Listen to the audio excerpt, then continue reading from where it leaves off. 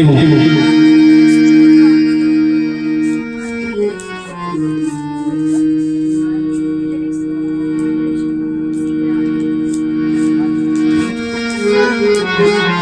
बलिकाली मर्दन भगवान की जय।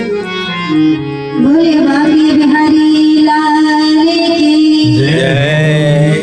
आज भगवान सभी ब्रजवासियों को लेकर गोवर्धन नाथ पहुंचे। वहां पर भगवान ने सभी ब्रजवासियों से कहा, गो बालकों से कहा कि गिरिराज जी का अभिषेक करवाना है, तो तुम सब यमुना जी जाओ, वहां से जल लेकर के आओ। यमुना के जल से हमारे गोवर्धन नाथ का अभिषेक होगा। सभी गोप बालक जल लाते लाते थक जाते हैं, लेकिन गोवर्धन नाथ का एक नख भी गीला नहीं हो पाता है। तो सभी ब्रजवासी कहते हैं, कन्हैया तेरा देवता जो है ना बड़ा लंबा चौड़ा है, अगर तेरे देवता को अभिषेक करवाना है ना तो अपने देवता से कह दो कि ये गंगा जी को यही प्रकट कर दे। तो भगवान ने आज मन से गंगा मैया का ध्यान किया और मन से गंगा जी को वहीं पर प्रकट कर दिया, जिसे हम सभी मानसी गंगा कहते हैं। बोले मानसी गंगा की जय हो। बोले बाबा बिहारी लाल की जय हो। आज मानसी गंगा के जल से गिरिराज जी का अभिषेक हुआ। ब्राह्मणों ने वेदोच्चार किया। जो ब्रजवासी भोग प्रसाद लेकर के गए थे, भोग को समर्पित किया। गोवर्धन नाथ को सजाया गया और भोग लगाया गया, आरती उतारी गई और यहाँ भगवान ने स्वयं गोवर्धन नाथ का पूजन किया। यहाँ इस लीला में सुखदेव जी महाराज कहते हैं कि पूज्य और पूजक दोनों एक हुए। पूजने वाले भी भगवान कृष्ण हैं और पूजने वाले भी भगवान कृष्ण हैं। फल इस लीला का यही महत्व है कि पूज्य और पूजक को एक होना चाहिए। पूजने वाले को पूजने वाले को पूजने वाले का ध्यान पूजने वाले में ही होना चाहिए जिसको हम पूज रहे हैं। जब तक ऐसा नहीं होता है तब तक फल नहीं मिलता है। आज गिरिराज जी ने भोग लगाया और सबको प्रसाद वितरण किया गया और सुंदर गिरिराज जी की पूजा हुई। और सुखदेव जी महाराज कहते हैं, ब्रजवासियों ने रात्रि तो गिरिराज जी के तलेटी में विश्राम किया और सुखदेव जी महाराज ये वर्णन करते हुए कहा कि रात्रि में सभी ब्रजवासियों ने गिरिराज जी की तलेटी में विश्राम किया और सुबह वृंदावन आ गया। आज की कथा को हम यहीं पर विश्राम करेंगे, भगवान की मंगल आरती करेंगे। शेष कथा को हम और आप कल की कथा में समर्पण करेंगे। कल थोड़ा विस्तार से, क्योंकि आज थोड़ी सी अव्यवस्था भी हो गई है ना, तो इसलिए आइए हम सभी भगवान की मंगल आरती करेंगे। आज भगवान को यही तलेटी में विश्राम करने को है ना। कल गोवर्धन पर्वत को उठाएंगे भगवान और भगवान आगे अनेक लीलाओं को जो भगवान ने किया है उस लीलाओं का हम सभी समर्पण करेंगे। आइए भगवान पर मंगल आरती करेंगे। मानसिक पूजा करिए, है ना।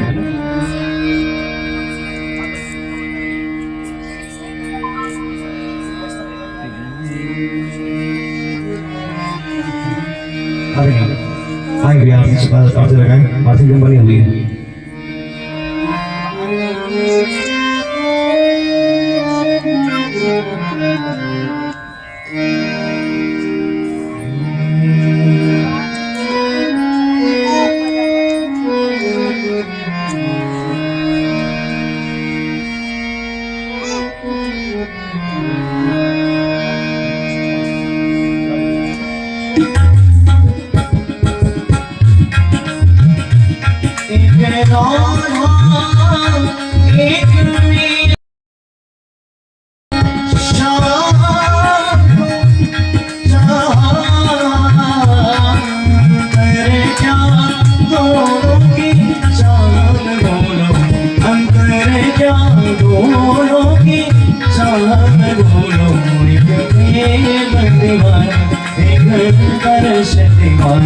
एक प्रेम दीवानी, एक दर्श दीवानी, एक राधा, एक मीरा, दो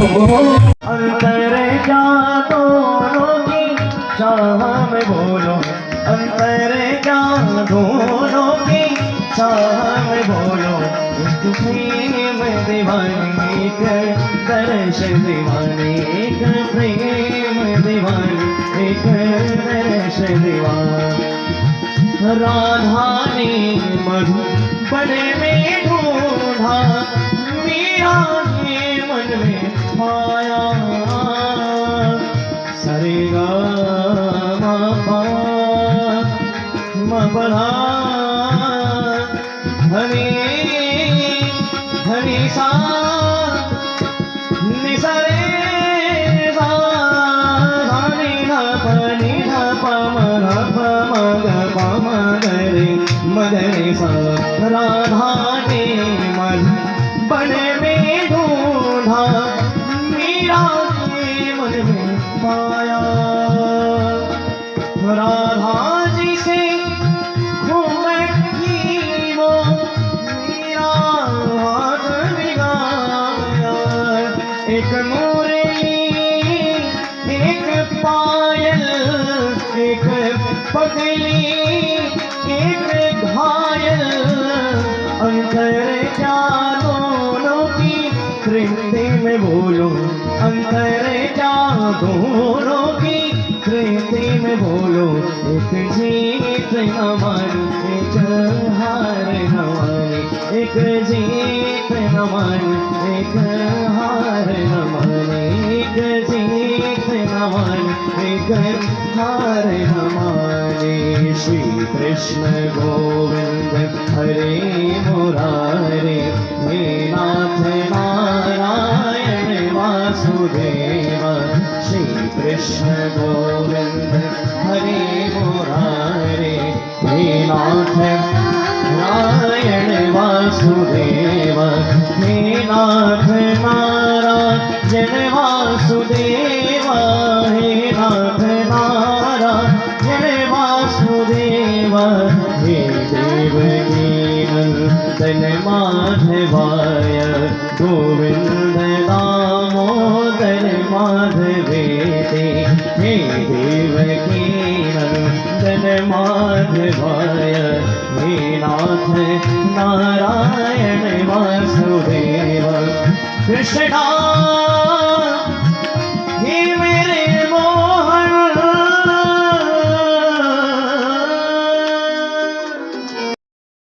जय श्री विश्वकर्मा धाम में आप सभी का स्वागत है अभिनंदन है। श्री भागवत महापुराण कथा सुनने के लिए आप लोगों का आह्वान किया जाता है। आप लोग यहाँ पधारे, कथा का अमृत रसपान करें। जय श्री विश्वकर्मा, जय श्री कृष्णा, जय Shri Radhe. Thank you.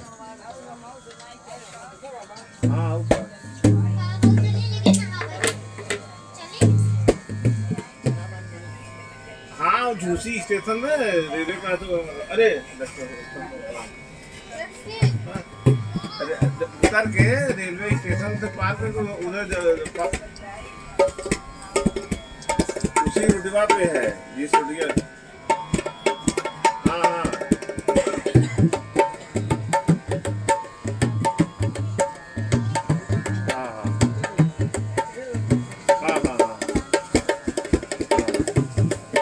Power house नहीं। हाँ हाँ हाँ हाँ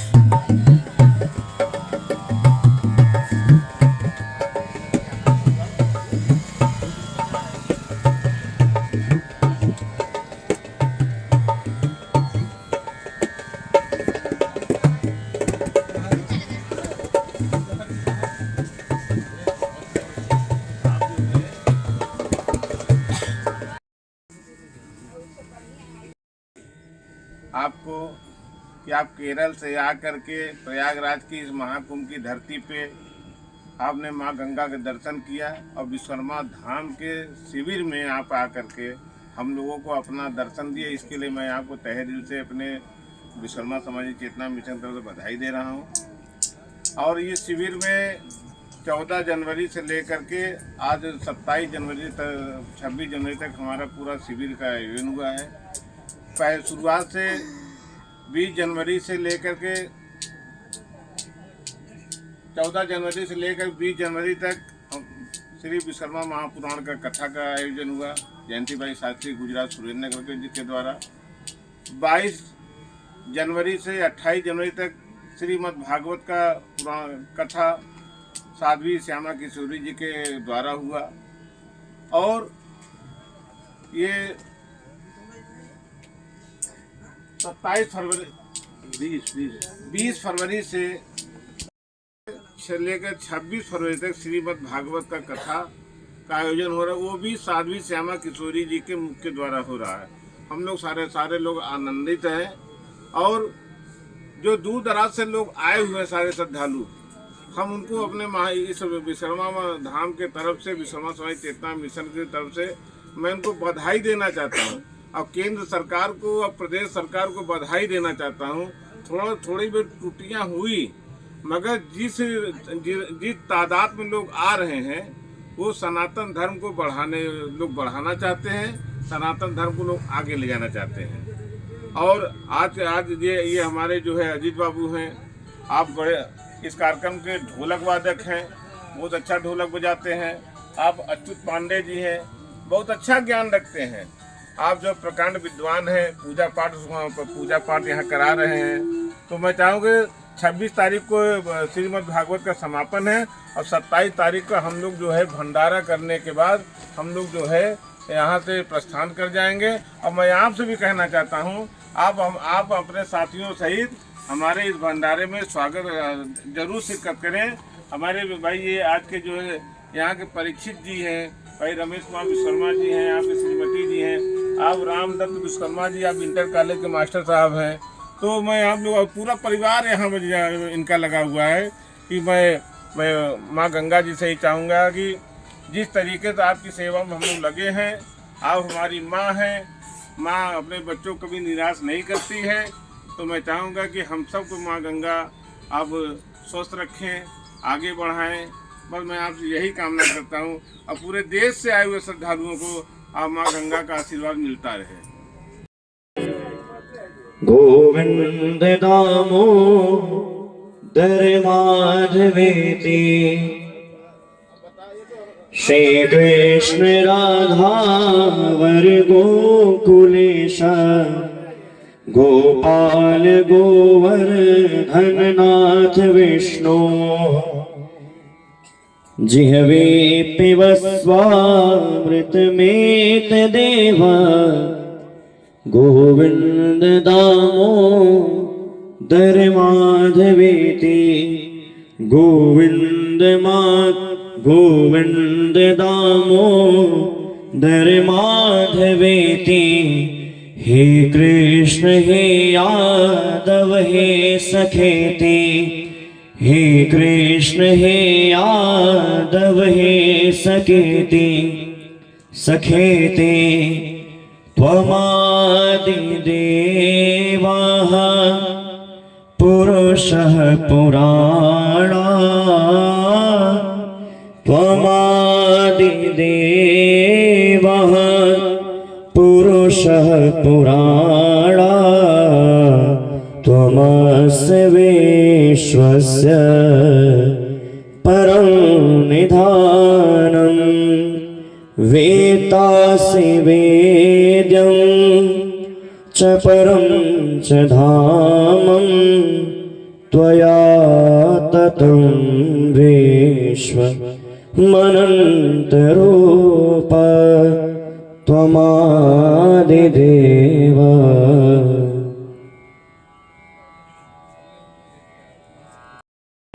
भागवत भगवान की जय, व्यास भगवान की जय। इस दिव्य प्रयाग धाम के अंतर्गत चल रही सप्तदिवसीय संगीतमय श्रीमद् भागवत कथा का आज खष्टम सत्र है। जहां तक भी मेरी आवाज पहुंच रही है, सभी भक्तगणों से, श्रद्धालुओं से विनम्र अनुरोध निवेदन है कि अपना स्थान अविलंब इस पंडाल गृह में ले लें। इस धाम के परम आदरणीय अध्यक्ष महोदय श्री महेंद्र विश्वकर्मा जी, हमारे मुख्य यजमान के रूप में जो इस समय हैं परम आदरणीय श्री रमेश विश्वकर्मा जी एवं बहुरानी, इस कथा के जो मुख्य यजमान हैं वो परम श्रद्धेय प्रातः स्मरणीय स्वर्गीय प्राण शंकर हरिशंकर जानी जी रतनपुर सुरेंद्र नगर गुजरात से एवं मुख्य यजमान के रूप में श्रीमती सुनीता बेन जी, श्रीमती बीना बेन जी, श्रीमती नम्रता बेन जी, श्रीमती चेतना बेन जी, श्रीमती वैशाली बेन जी, श्रीमती नैना बेन जी एवं परम आदरणीय पूज्य महाराज श्री जयंती भाई शास्त्री जी, आप सभी की पुत्रियों ने यह सफल आयोजन कराने का बहुत बड़ा हाथ रहा है एवं इस धाम में कार्य कर रहे हमारे भाई चंद्रेश विश्वकर्मा जी, बहुत बहुत आपको भी साधुवाद। केरल से पधारे हमारे सर, आपका शुभ नाम? सर का शुभ नाम? सुरेश जी। परम आदरणीय केरल से पधारे श्री सुरेश साधु जी पधारे हैं, आपका बहुत बहुत अभिनंदन, स्वागत इस प्रयाग धाम में। ये दास अच्युत पांडे आप सभी के चरणों में बारंबार वंदन करता हुआ आपके चरणों में वंदन करता है। हमारे कलाकारों के परिचय के रूप में छोटा सा परिचय करा दे रहा हूँ। हमारे बैंजो पर संगत कर रहे दाहिने यहाँ पे बैठे श्री दिलीप चंद्रा जी और बाएं बैठे हमारे भाई श्री अजीत शर्मा जी, जो कि विश्वकर्मा धाम के एक तरह से कार्यकर्ता के रूप में भी कार्य कर रहे हैं। हमारे ढोलक वादक अजीत शर्मा जी, बाहर से आए हमारे भैया अपना सभी कार्य छोड़कर टेंट से बाहर निकलकर इस पंडाल गृह में पधारे। रमेश जी से निवेदन है कि अब विलंब न करें प्रभु, पूजन प्रारंभ कराने का कष्ट करें। सादर जय श्री राम। तस्मै नमः। रामास्ति परायणं परतरं रामस्य दासोऽस्म्यहम् रामे चित्तलयः सदा भवतु मे भो राम मामुद्धर।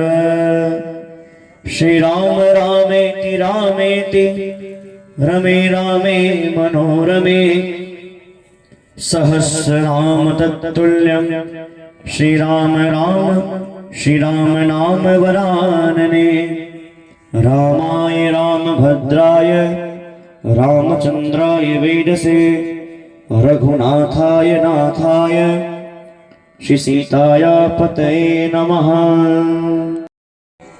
शिवे सर्वार्थ साधिके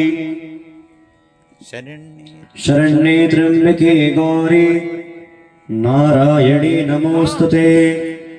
शुक्लांबरधरं देवं शशिवर्णं चतुर्भुजं प्रसन्नवदनं ध्यायेत् सर्वविघ्नों प्रशान्तये। अभीप्सितातिसिद्ध्यर्थं पूजितो यासुरासुरैः सर्वविघ्नहरस्तस्मै गणाधिपते नमः। और गणेश सहित प्रियंताम एवं च श्री वरुणाद्य आवाहित देवता प्रीत्यर्थम च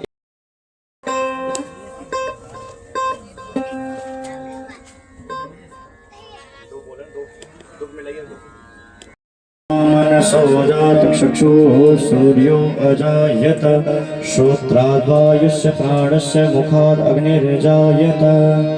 श्री भागवत भगवान की है आरती, पापियों को पाप से है आरती।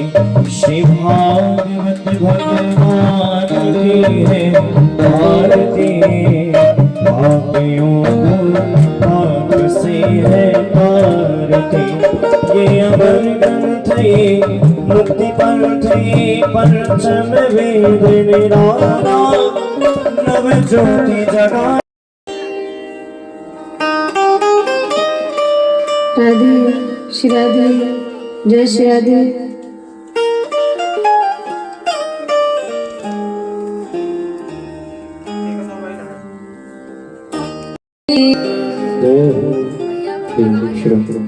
बोलिए श्रीमद् भागवत महापुराण की, बोलिए गंगा मैया। और श्री विश्वकर्मा धाम में आयोजित श्रीमद् भागवत पुराण है ना। ये उनकी निमित्त कथा चल रही है, तो उनके लिए हम और आप सभी श्रद्धांजलि अर्पित करेंगे इस महातीर्थ में, प्रयाग में, और सभी प्रार्थना करेंगे भगवान उनको अपने श्री चरणों में ही वास दे। और इनकी जो है ना 6 बेटियां हैं,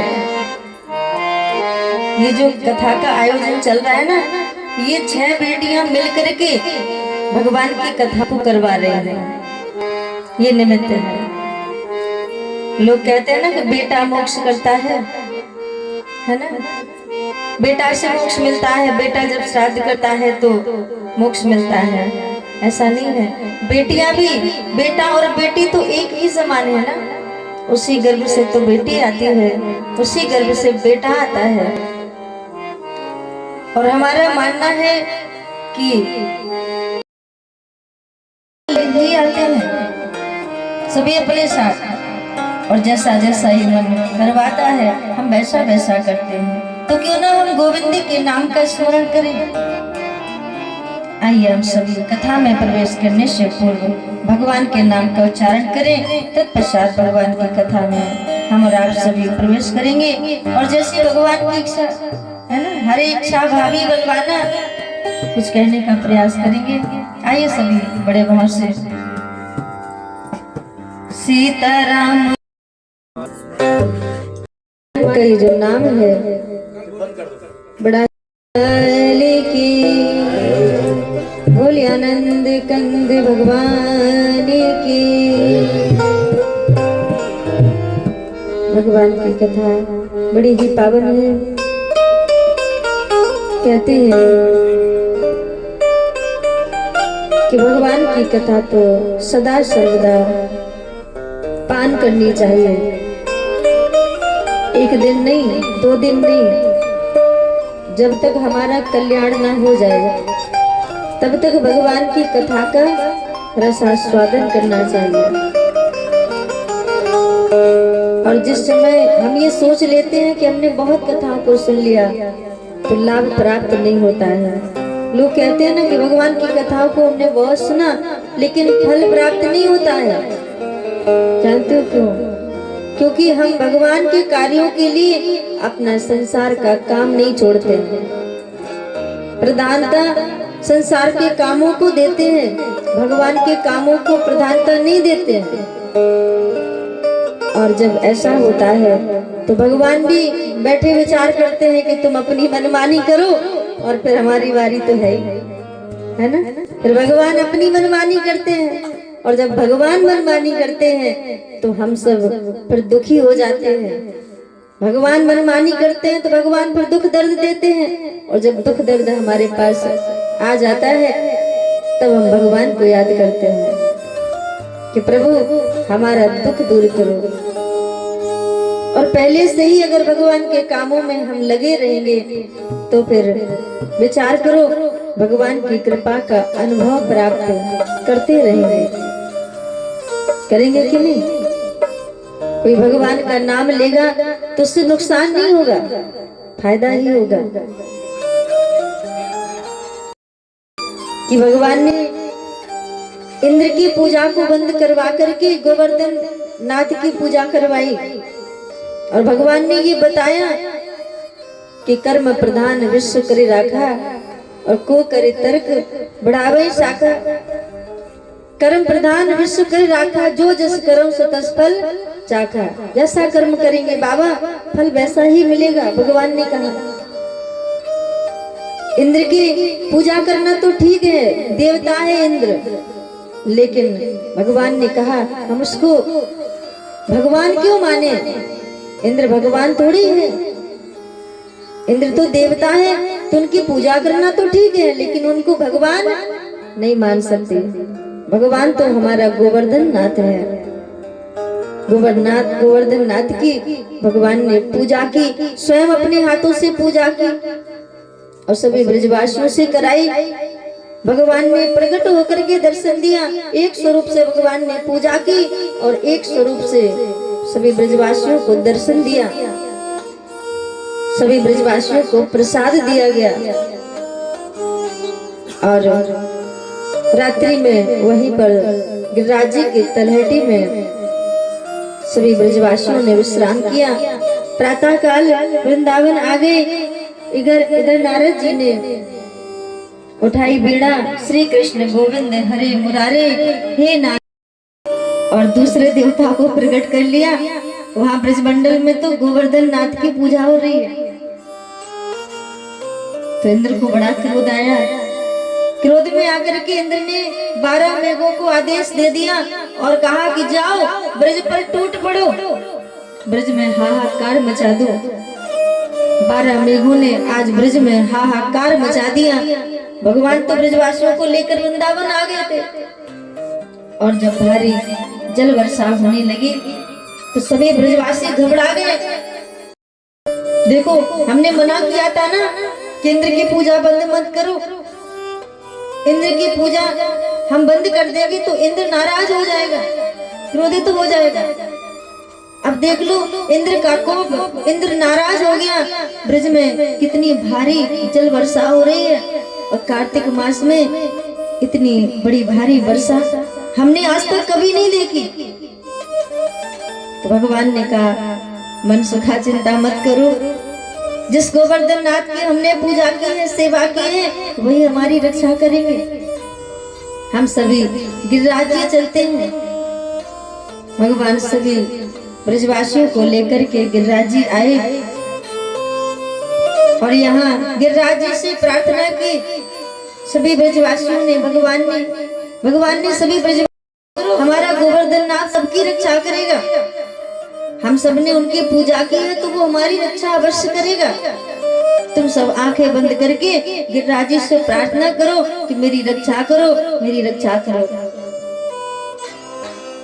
तो सभी ब्रजवासी नेत्र बंद करके गोवर्धन नाथ की स्तुति करते हैं, और भगवान तब तक यहाँ लीला करते हैं। ये सब आंखें बंद करके स्तुति करते हैं, और भगवान गोवर्धन नाथ के पास आते हैं और अपना हाथ लगाते हैं गोवर्धन नाथ में, और अपना हाथ लगा करके छोटी सी उंगली को लगाते हैं, और हाथ लगा करके गोवर्धन नाथ को ऐसे उठा लेते हैं। सुखदेव जी महाराज कहते हैं, जैसे बरसात में आपने देखा होगा तो छोटे छोटे बच्चे होते हैं ना, जो कुकुर होता को उखाड़ लेते हैं, ऐसे ही भगवान गोवर्धन नाथ को उठा लेते हैं और छोटी सी तर्जनी उंगली पर धारण कर लेते हैं। ब्रजवासियों से कहते हैं, कन्हैया अब तुम सब अपनी आंखें खोलो, देखो मैंने गोवर्धन नाथ को उठा लिया।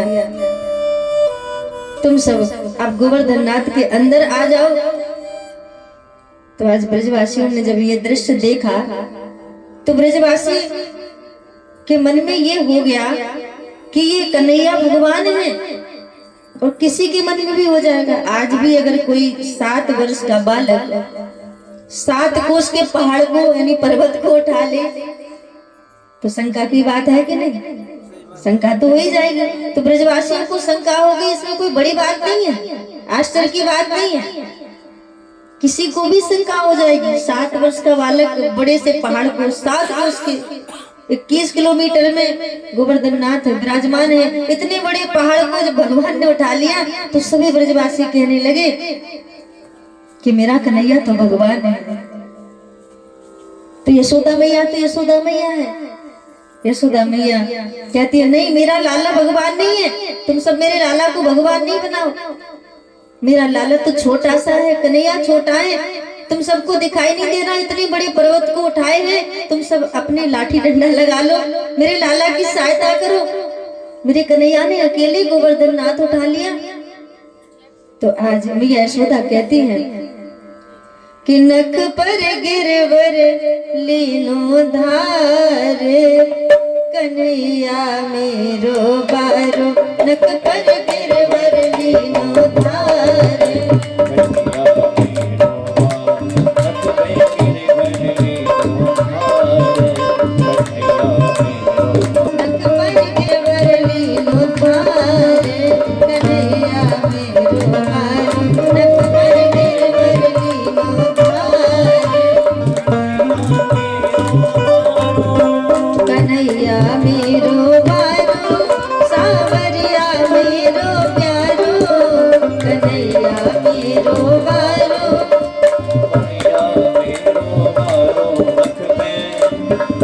पे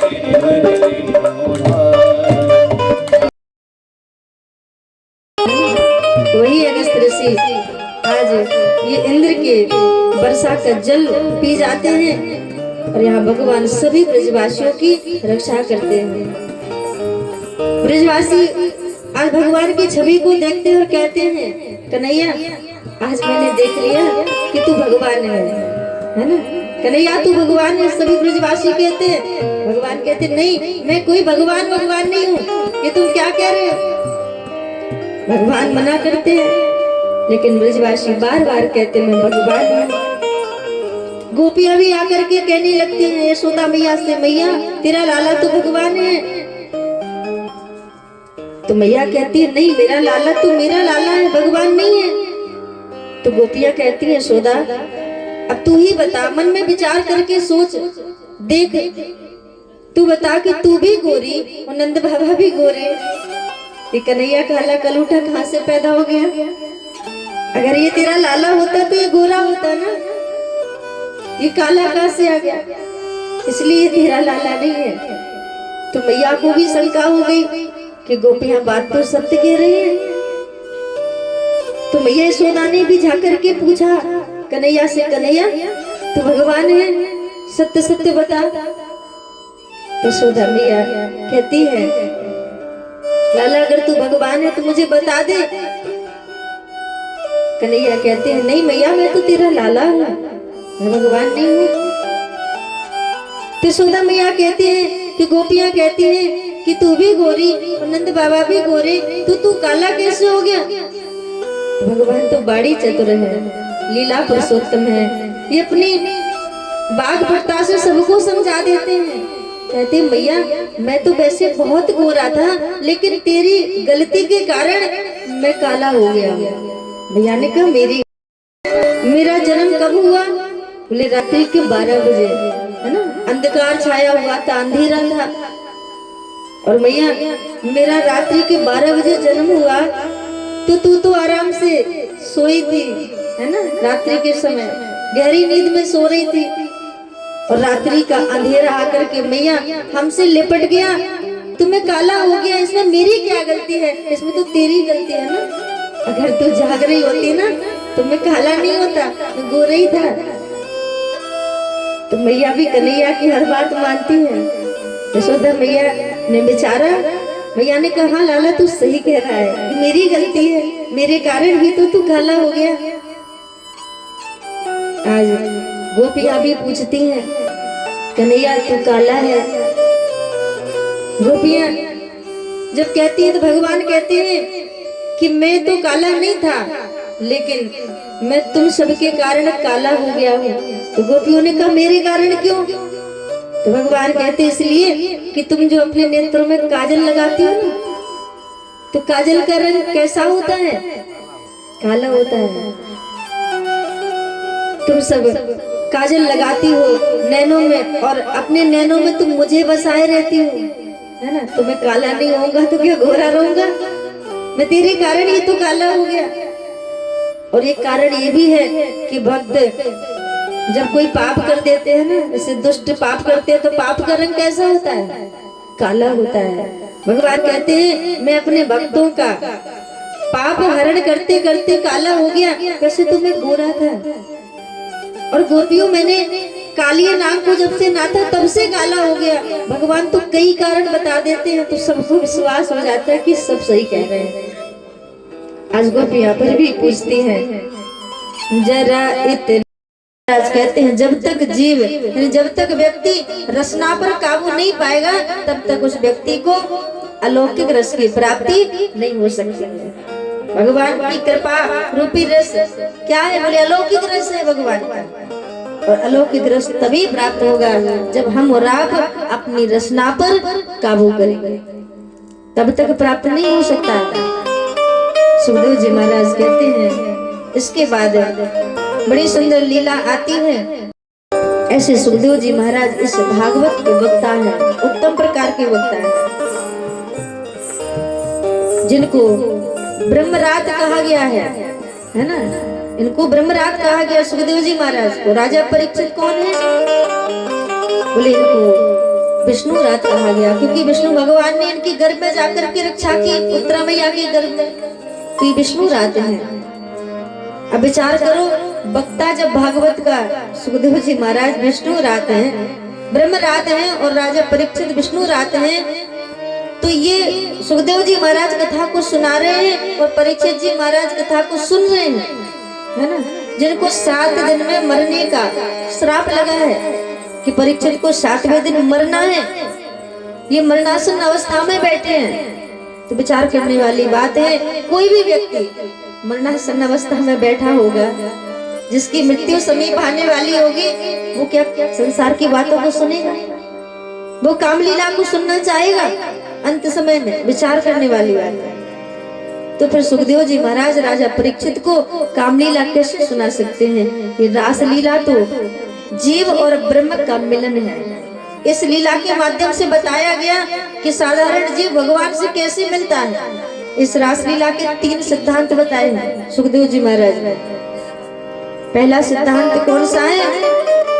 बोले पहला सिद्धांत है कि इस लीला में गोपी के शरीर से भगवान का कोई लेना देना नहीं है ना। गोपी के शरीर से भगवान का कोई लेना देना नहीं है कि भगवान ने रास किया। लोग कहते हैं ना, पराई स्त्री के साथ लीला करना अच्छी बात नहीं, भगवान ने ऐसा किया, भगवान ने वैसा किया। लेकिन ऐसा नहीं सोचना चाहिए। भगवान ने तो अपनी ही पत्नियों के साथ रास विहार किया। ध्यान से सुनना। कैसे? बोले जिस समय ब्रह्मा जी ने गोप बालकों को और बछड़ों को चुरा लिया, कुमारियां जो थी सबके घर में सांडिल ऋषि ने कह दिया था कि इस समय भगवान बने हैं बाल मित्र, इस समय ब्रज की कुमारियों का विवाह भगवान के बाल सखाओं से करवा दो, है ना। इस समय भगवान बने हैं, तो उस समय उन कुमारियों का विवाह भगवान के बाल सखाओं के साथ कर दिया गया था और भगवान ने उन्हीं गोपियों के साथ रास विहार किया। यानी भगवान ने अपनी ही पत्नियों के साथ, अपनी आत्मा के साथ ही रास विहार किया। सुखदेव जी महाराज कहते हैं कि इस लीला में गोपी के शरीर से कोई लेना देना नहीं है। अगर विचार करने वाली बात है, विचार करके देखो, अगर ये रास लीला में गोपी के शरीर से कोई संबंध होता तो ये रास लीला 6 महीने तक चली। कितने महीने तक? 6 महीने तक। अब सोचने वाली बात यह है, कोई भी स्त्री अपने घर से बाहर 6 महीने तक रह सकती है क्या? हाँ? 15 दिन रह लेगी, 20 दिन रह लेगी, ज्यादा से ज्यादा। लेकिन 6 महीने कोई भी स्त्री अपने घर से बाहर नहीं रह सकती। तो इसी से सिद्ध होता है कि भगवान की जो रास लीलाएं वो 6 महीने तक चली और इस लीला में गोपी के शरीर से कोई लेना देना नहीं। भगवान ने तो अपनी आत्मा के साथ रमण किया। और दूसरा सिद्धांत यह है कि इसमें लौकिक काम नहीं है। ये भगवान की जो रास लीला है ये अलौकिक लीला है भगवान की। लौकिक काम होता तो सुखदेव जी महाराज राजा परीक्षित को ये कथा नहीं सुनाते। अगर लौकिक लीला, जब भोजन बनाती थी, जब रस चूने लगता था जलती हुई लकड़ियों में तो धुआं हो जाता था, आंखों में गोपियों को धुआं लगता था, तो गोपियां भगवान से शिकायत करती थी, कन्हैया तू बंसी ना बजाया कर। भगवान कहते थे क्यों? तो आज गोपियां कहती थी इसलिए कन्हैया तू बंसी ना बजाया कर कि तू बंसी बजाता है ना तो रूखन से रस चुभन लगा, सूखी लकड़ियों में भी रस चूने लगता है तो आग बुझ जाती है, धुआं हो जाता है, वो धुआं मेरी आंखों में लग जाता है। और जब ऐसा ही होता रहेगा कन्हैया तो जानते हो मेरी हालत क्या होगी? मैं जल्दी अंधी हो जाऊंगी। गोपियां भगवान से शिकायत करती थी। और आज जब भगवान बंसी बजा रहे हैं तो सुखदेव जी महाराज कहते हैं आज की भगवान की बंसी जब बजी तो आज की बंसी की ध्वनि सबको सुनाई नहीं दी। आज की बंसी की ध्वनि उन्हीं गोपियों को सुनाई दी जिन गोपियों का चीरहरण हो गया, है ना, जिनकी वासना का विनाश हो गया, उन्हीं गोपियों को भगवान की बंसी सुनाई दी। भगवान ने राधा रानी का आश्रय लिया क्योंकि राधा रानी ही प्रत्येक जीव को गोपी भाव प्रदान करती हैं। राधा रानी ही जीव को गोपी भाव प्रदान करती हैं। जब तक राधा रानी की कृपा नहीं होती है तब तक जीव को गोपी भाव प्राप्त नहीं होता है। वो जब तक गोपी भाव नहीं आएगा तब तक कन्हैया की प्राप्ति नहीं हो सकती है। राधा रानी ही तो भक्तों को भगवान से मिलाती है। राधा रानी के बिना तो भगवान स्वयं अधूरे हैं, है कि नहीं?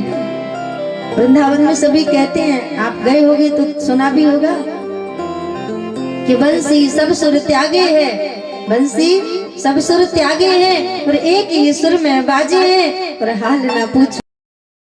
शरद पूर्णिमा की जो रात्रि होती है, इसमें माताएं खीर भी रखती हैं अपने अपने छत पर, है ना, अमृत वर्षा होती है। शरद पूर्णिमा की रात्रि की सुंदरता को तुम निहारने आई होगी। भगवान कहते हैं गोपियों से, अगर तुमने निहार ली हो तो अब तुम मेरा कहना मानो कि अपने अपने घर लौट जाओ, है ना। तो गोपियों ने जब ये सुना तो गोपियों को बड़ा दुख हुआ कि कन्हैया ऐसा क्यों कह रहे हैं कि तुम घर लौट जाओ। पहले तो कन्हैया भगवान बंसी बजा करके बुलाते हैं और जब हम आ जाते हैं तो हमसे कह रहे हैं कि घर लौट जाओ, ये तो अच्छी बात नहीं है। गोपियों को दुख हुआ जब भगवान ने कहा घर लौट जाओ। आज भगवान ने कहा कि अच्छी माताओं का ये धर्म नहीं है कि अकेली वन में ऐसे घूमे।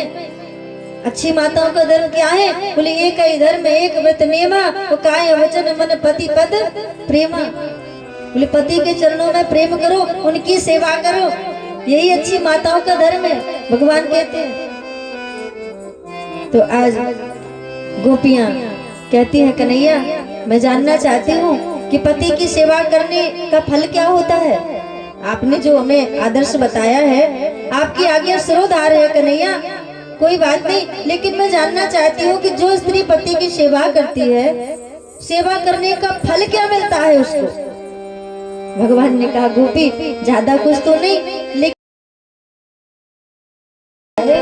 जो स्त्री पातिव्रत धर्म को निर्वाह करती है, पति की सेवा कर, पति की नहीं, बोले पति की तो खूब सेवा करें, आरती उतारें और घर में सास ससुर को डंडा लगाएं। अच्छी माताओं का ये धर्म नहीं है।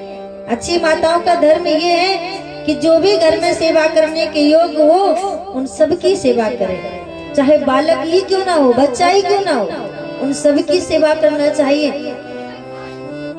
तो गोपियों ने पूछा कि सेवा करने से क्या होता है। तो भगवान ने कहा कि सेवा करने से गोपी मन निर्मल हो जाता है, मन पवित्र हो जाता है, ज्यादा कुछ नहीं होता है। बोले जिसका मन निर्मल हो जाता है, पवित्र हो जाता है, उसे भगवान मिल जाते हैं। निर्मल मन जन सो मोहि पावा, मोह कपट छल छिद्र न भावा। तो गोपियों ने कहा कन्हैया मेरा मन तो निर्मल है, तभी तो हम आपसे मिल सकी। सभी गोपियां, तो फिर आप ये क्यों कह रहे हैं कि घर लौट जाओ? मैं घर नहीं जा सकती। गोपियां कहती हैं क्यों? क्योंकि मैंने अपना सारा जीवन आपके चरणों में समर्पित कर दिया है। आज गोपियां कहती हैं कन्हैया अब सौंप दिया इस जीवन का, अब सौंप दिया इस जीवन का, सब भार तुम्हारे हाथों में। अब सौंप दिया इस जीवन का, अब सौंप दिया इस जीवन का, सब भार तुम्हारे हाथों में, सब भार तुम्हारे, सब भार तुम्हारे हाथों में, सब भार तुम्हारे हाथों में, सब भार तुम्हारे हाथों में। कहते हैं गोपी अच्छी माताओं का ये धर्म नहीं है। अच्छी माताओं का धर्म है कि पति की सेवा करें। और गोपियों से भगवान कहते हैं जिस देह का कोई पिता होता है, जिस देह का कोई पति होता है, जिस देह का कोई पुत्र होता है, ऐसा शरीर मेरा नहीं होता है। आज भगवान गोपियों को देह धर्म का उपदेश देते हैं, है ना, शरीर के धर्म का उपदेश देते हैं कि शरीर किसी के द्वारा उत्पन्न है, इस शरीर का कोई पिता है, कोई पति है, कोई पुत्र है, ऐसा शरीर मेरा नहीं होता है। और जब भगवान देह धर्म का उपदेश देते हैं तो गोपियां भी कम नहीं है ना। गोपियां कहती हैं कन्हैया जिस शरीर का कोई पिता होता है, जिस शरीर का कोई पिता पुत्र होता है, मित्र होते हैं, वैसा शरीर आपका नहीं होता। लेकिन मैं जानना चाहती हूँ कि आत्मा का भी कोई पिता होता है, या पति होता है, या पुत्र होता है, है ना। आत्मा का भगवान कहते हैं आत्मा का कोई पिता या पति नहीं होता है, आत्मा का तो केवल परमात्मा ही पिता होता है, वही पति होता है, वही पुत्र होता है। तो आज गोपियां कहती हैं कन्हैया अपने ही मुख से न्याय करते हो, फिर हमसे क्यों कह रहे हो कि घर लौट जाओ। अगर आप हमसे कह रहे हो कि घर लौट जाओ तो कन्हैया आपकी आज्ञा सिरोधार्य है, लेकिन हम नहीं जा सकते। गोपियों ने कहा, भगवान ने कहा क्यों? तो गोपियां ध्यावे ताहे अहिर की छोहरिया छचिया वर छाछ पे नाच नचावे। वही गोपियां भगवान को आत्मधर्म का उपदेश दे रही हैं। कहती है आत्मा का भी कोई पिता होता है, कोई पति होता है। तो भगवान कहते हैं कि आत्मा का पति और पिता परमात्मा होता है। तो गोपियां कहती हैं कन्हैया हम घर लौट जाएंगे, लेकिन हम आपसे निवेदन करते हैं कि आप मेरा मन वापस कर दो, क्योंकि मन की सेवा तो न किसी की सेवा होगी, न पति की, न पिता की, न पुत्र की। बिना मन के हम घर जाकर क्या करेंगे? आपने तो मेरा मन ही चुरा लिया है। अगर आप चाहते हो कि मैं घर लौट जाऊं तो आप मेरा मन वापस कर दो।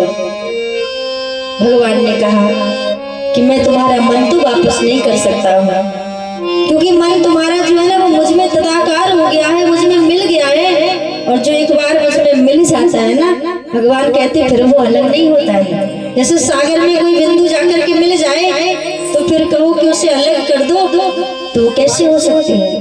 नहीं हो सकती है। उसी प्रकार भगवान कहते हैं तुम्हारा मन मुझ में मिल गया है, तदाकार हो गया है, हम उसे वापस नहीं कर सकते हैं। गोपियां यहाँ एक दृष्टांत भी देती है कन्हैया को। कहती हैं कि कन्हैया एक बार की बात है, एक पति पत्नी की नई नई शादी होकर के आई थी ब्रज में, और वो पति अपने पत्नी को बहुत प्रेम करता था और पत्नी भी उससे बहुत प्रेम करती थी कन्हैया। लेकिन एक दिन ऐसा हुआ कि उसके पति को कहीं बाहर जाने का अवसर आ गया, है ना, उसको बाहर जाने का प्रसंग आ गया।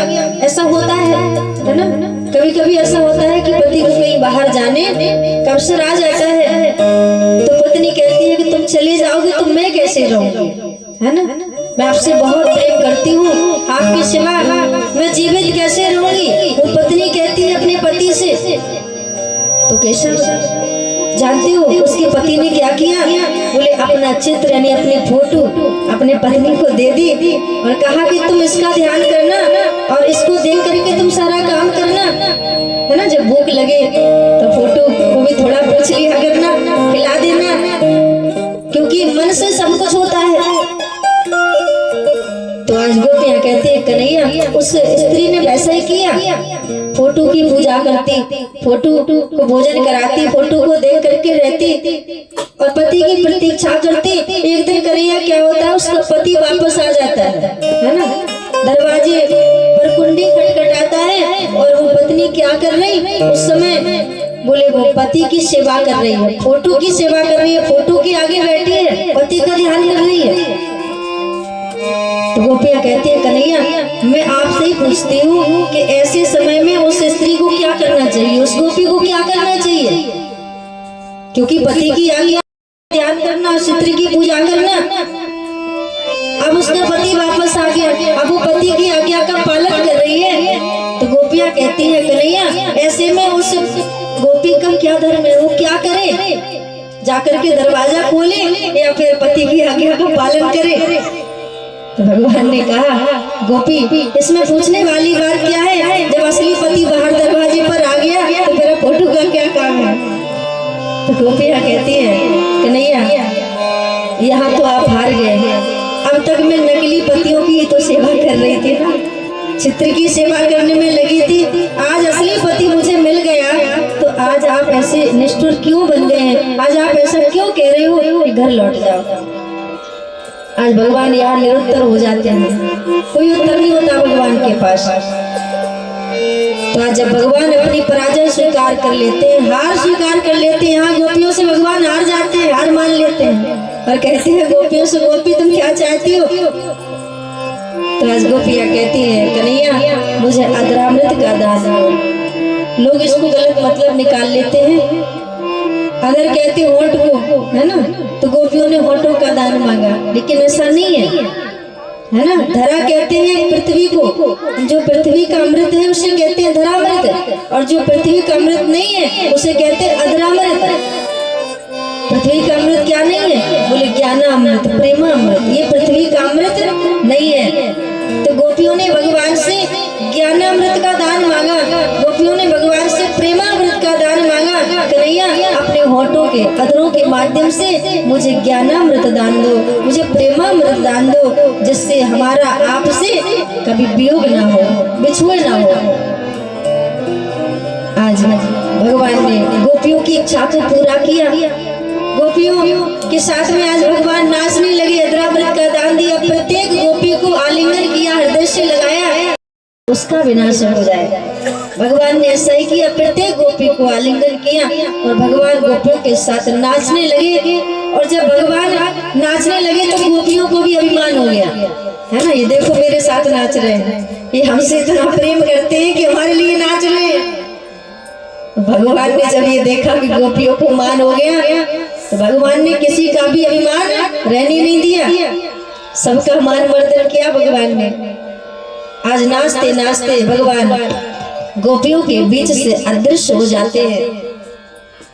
तो आज गोपियां व्याकुल हो जाती हैं और गोपियां भगवान को पुकारने लगती है, कन्हैया तुम कहाँ हो, कन्हैया तुम कहाँ हो। तुम्हें ऐसा ही करना था तो फिर मेरे साथ ये नाटक क्यों किया, मेरे साथ क्यों नाच रहे थे, मुझे दर्शन क्यों दिया। और तुम्हें ऐसा ही करना था तो फिर ब्रज में इतने बड़े बड़े संकट आए, तुमने उन संकटों से मुझे क्यों उबारा। कन्हैया ये तो अच्छी बात नहीं है, कन्हैया तुम कहाँ हो। कुछ लोग कहते हैं कन्हैया तो वही थे, है ना, पीताम्बर का घूंघट डाल लिया था, गोपियों को दिखाई नहीं दे रहे थे। भगवान ना प्रकट होते हैं ना अंतर ध्यान होते हैं। जब जीव के आगे माया का पर्दा पड़ जाता है, भगवान अंतर ध्यान हो जाते हैं और माया का पर्दा हट जाता है, तो भगवान का हृदय में प्राकट हो जाता है। भगवान ना कहीं अंतर ध्यान होते हैं ना प्रकट होते हैं, ना कहीं आते हैं ना कहीं जाते हैं, भगवान तो अंदर ही है। लेकिन वासना का जब पर्दा पड़ जाता है तो भगवान दिखाई नहीं देते हैं, और वासना का पर्दा हट जाता है तो भगवान का साक्षात्कार हो जाता है। आज गोपियां पूछती हैं, सभी में भगवान को ढूंढती है, भगवान की लीला भी करती है। कोई गोपी पूतना बनती है, कोई गोपी कृष्ण बनती है ना। पूतना बद लीला भगवान ने जैसे जैसे की वो गोपियां भी करती है। एक गोपी ने तो अपनी गंगा चुनरी को ही डंडा में, बड़े डंडा में ऊपर उठा लिया और कहने लगी, देख गोपी मैंने गोवर्धन को उठा लिया, है ना। गोपियां रो रो करके लीला करती हैं, शायद लीला से भगवान प्रसन्न हो जाए, लेकिन भगवान प्रकट नहीं होते हैं। आगे गोपियां बढ़ती हैं, वृक्षों से पूछते हैं, कहती है तुमने मेरे कन्हैया को देखा है, मेरा कन्हैया यहीं से तो गया होगा, तुमने मेरे कन्हैया को देखा हो तो बता दो, मैं अपने कन्हैया के बिना बेचैन हूँ, व्याकुल हूँ। तो वृक्षों से उत्तर नहीं मिलता, वृक्ष कहीं बोलते थोड़ी है, वृक्षों से उत्तर नहीं मिलता है। तो एक गोपी कहती है, अरे तो किससे पूछ रही है, वृक्षों से। ये वृक्ष जानती हो, ये पुरुष जाति के हैं, है ना, वृक्ष पुरुष जाति के हैं, ये तो हमें कन्हैया का पता कभी नहीं बताएंगे। अगर पूछना ही है ना तो अपनी जाति वाले वृक्ष से पूछो, शायद वो बता दे, उनको हम पर दया आ जाए। तो गोपियां भगवान को ढूंढती हुई आगे बढ़ती है, तो तुलसी का वृक्ष दिखाई देता गोपियों को। तुलसी से पूछती है, कच्चे तुलसी कल्याणी गोविंद, और मुझे दरकार, और इसी भरोसे पर मैं तुमको अपना बनाना चाहती हूँ कन्हैया।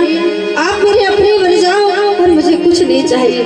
कन्हैया तुम्हारे बिना तो मुझे काल भी सताता है। गोपियां कहती है, तेरे बिना मैं जीवित नहीं रह सकती हूँ केशव, मुझे दर्शन दो, मैं तुम्हारे बगैर मर जाऊंगी। गोपियां कहती है, केशव मैं तो तुम्हारे लिए ही जी रही हूँ, मैं तो तुम्हारी जन्म जन्मांतर की दासी हूँ कन्हैया, मुझे दर्शन दो। आज ढूंढती पड़ती है गोपियां, खोजती खोजती गोपियां आगे पहुंचती है, तो आगे गोपियों को राधा रानी मुंह से दिखाई देती है, क्योंकि जब भगवान अंतर ध्यान हुए थे ना, तो राधा रानी को साथ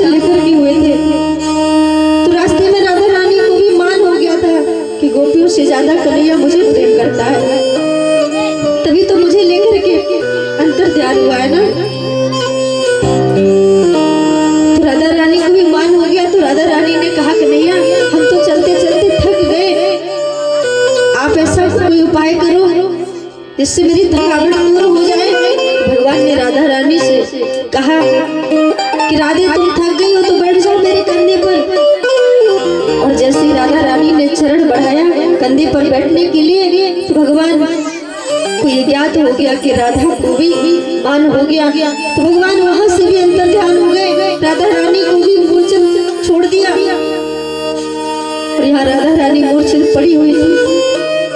सभी गोपियां खोजती हुई ढूंढती हुई यहाँ आती है, राधा रानी की मूर्छा को दूर करती है और कहती है, राधे कन्हैया बड़ा निष्ठुर हो गया है, कन्हैया तुम्हें भी छोड़ करके चला गया, मुझे तो लगा था कि मुझे ही छोड़कर चला गया, तुम्हें भी छोड़कर चला गया। आज राधा रानी भी बड़ा रुदन करती है, करुण क्रंदन करती है, बहुत रोती है। और आज सभी गोपियां राधा रानी के सहित भगवान को पुकारती हैं। और यहाँ एक श्लोक में नहीं, 19 श्लोकों में भगवान से प्रार्थना की गोपियों ने, कन्हैया मैं तो तुम्हारी जन्म जन्मांतर की दासी हूँ, है ना। गोपियां कहती हैं, जयति तेधिकम् जन्मना प्रजा श्रेयत इंदिरा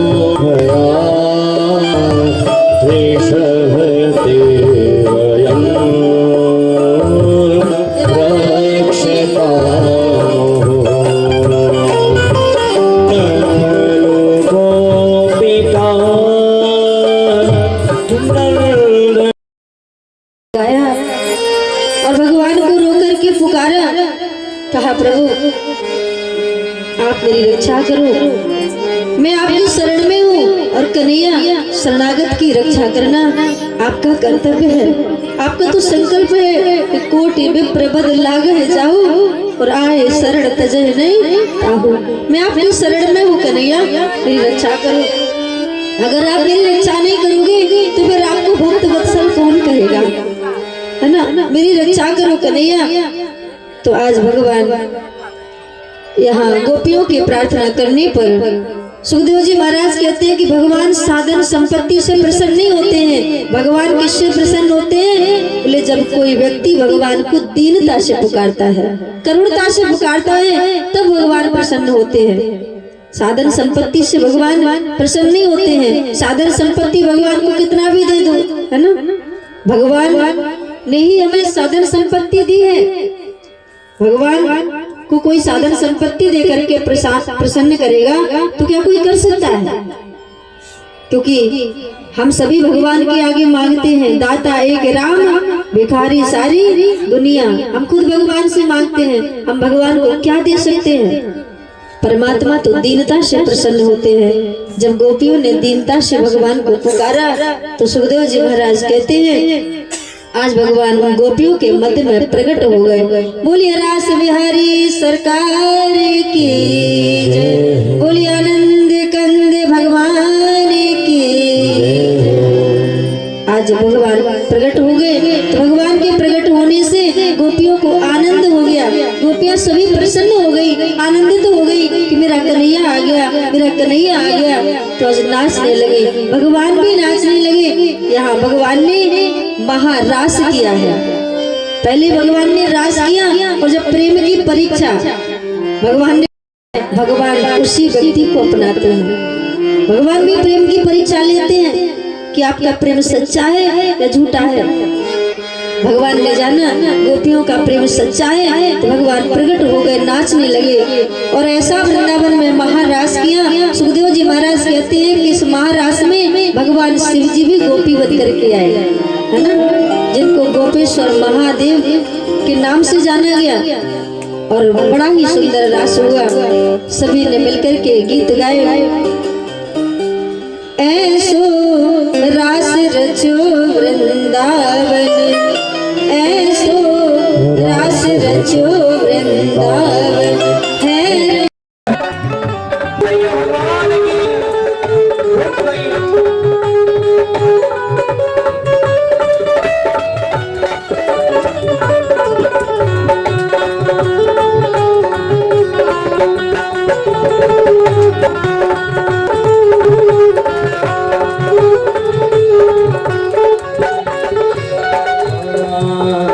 राधा मोहन दिल मैया राधा मोहन ओ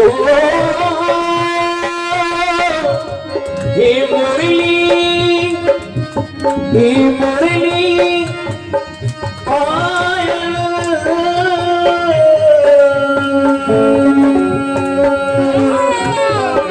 राधा मोहन दिल मैया राधा मोहन दिल मैया नाचे संग संग लखर भैया, नाचे संग संग लखर भैया। चल चली शीतल सुख दैया, चल चली शीतल सुख दैया। जाम पटका लहरा फरिया, जाम पटका लगा फरिया। तेरे सजन सरकार जाम पटका लहरा फरिया। तेरे सजन सरकार ऐसो ऐसो ऐसो रस रचो ब्रजनंदन मेरी पायल की झनकार। ऐसो रस रचो ब्रजनंदन मेरी पायल की झनकार। पायल की झनकार मेरी पायल की झनकार। पायल की झनकार मेरी पायल की झनकार। ऐसो ऐसे नहीं, सब लोग हाथ जोड़ मेरे साथ, ऐसे नहीं। ऐसो ऐसो ऐसो रस रचो ब्रजनंदन मेरी पायल की झनकार। ऐसो रस रचो वृंदावन मेरी पायल की झनकार। पायल की झनकार मेरी पायल की झनकार।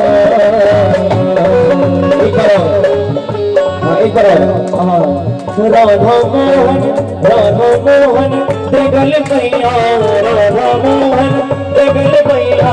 नाचे संग संग लहर मैया, नाचे संग संग लहर मैया। चल चली शीतल सुख मैया, चल चली शीतल सुख मैया। जाम पटका लगा फरिया, जाम पटका लगा फरिया। दर्शन सरकार जाम पटका लगा फरिया। दर्शन सरकार ऐसो ऐसो ऐसो रस रचो ब्रजनंदन मेरी पायल की झनकार। ऐसो रस रचो ब्रजनंदन मेरी पायल की झनकार। ऐसो रस रचो ब्रजनंदन मेरी पायल की झनकार।